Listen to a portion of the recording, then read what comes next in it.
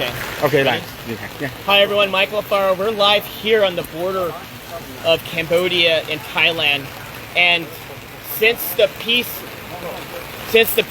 agreement was reached, the ceasefire, Thailand has continuing to insult President Trump by violating the peace agreement by putting up barbed wire fence and invading the peaceful people that live in this village. And you have to come with me to see this. Look over here. Look at all these innocent people, these children. Akon. Hello. Look at these children here. These children want peace. These children deserve peace. The Thai forces are saying that Cambodians are a threat. The Thai forces are saying that they feel the Thai forces did. Wait until President Trump sees this. Thailand, just wait. You think you're the boss? Wait till the President of the United States finds out exactly what happens on the border. And what did they do? They came here to this village. They built this wall here, the barbed wire fence entire, with guns facing downrange at these young, poor people that are just living outside in the rubbles. Thousands of them have now been displaced. Their homes have been taken away. Their schools have been like this before. I was there when the Box withdrawal of Afghanistan, pulling the Americans out, when the fall of Kabul happened. I saw threats. What you see here in Cambodia is not a threat. You see love, you see compassion, you see people, you see a community, you see a country that chooses peace before war. And what Thailand is doing right now is not just a violation of the Paris Peace Accords, it's a violation of President Trump's call to ceasefire.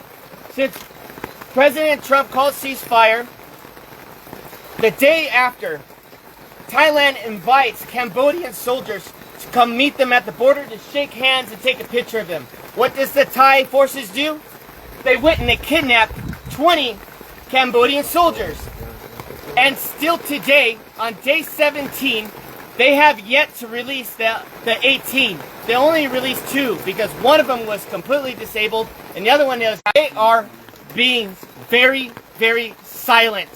And the media has been very unfair here. The media has been unfair to the Cambodian people, just like President Trump. The media has lied about President Trump, and the media has lied about what's happening here on the border. So I want you to see for yourself. I want you to see right here. Do you think this barbed wire fence is safe for children at night to go play, to sleep, to go to school? Do you think it's safe for the children to be constantly worried that if artillery rounds have to drop on their heads? When that happened, when the war broke out, there was no soldiers here. Not one soldier, because there was no threat here. Just honest farmers, just trying to make a living. And now what happens? You get the Thai saying, oh, the Cambodians are bringing soldiers on the border. The Cambodians are causing a threat now because they want to protect their sovereignty.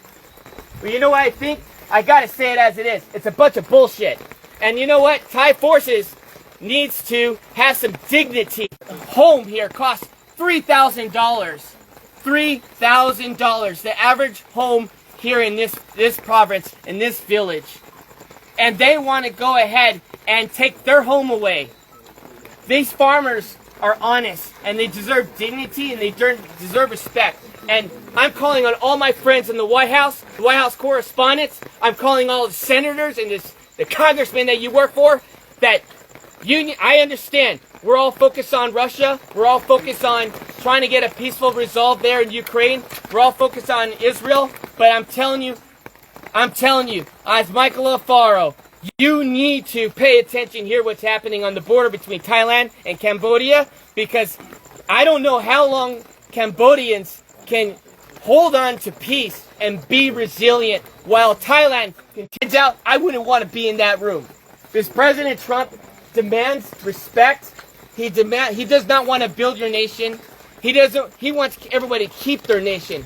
He wants everyone to be free and peace and harmony and respect. And what Thai people are doing is not okay. And this general, he's drunk on power, and all he wants to do is pretend that he's the king of Thailand.